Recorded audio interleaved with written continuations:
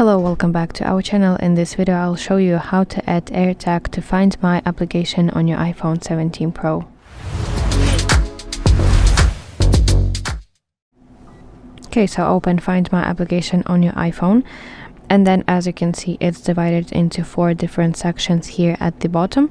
You need to go to Items tab. Now tap this plus icon and select AirTag. And first of all, make sure that your Bluetooth is turned on your iPhone.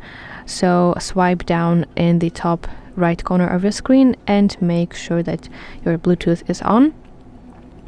And now you have to hold your AirTag close to your iPhone 17 Pro and then tap connect button when the AirTag prompt appears.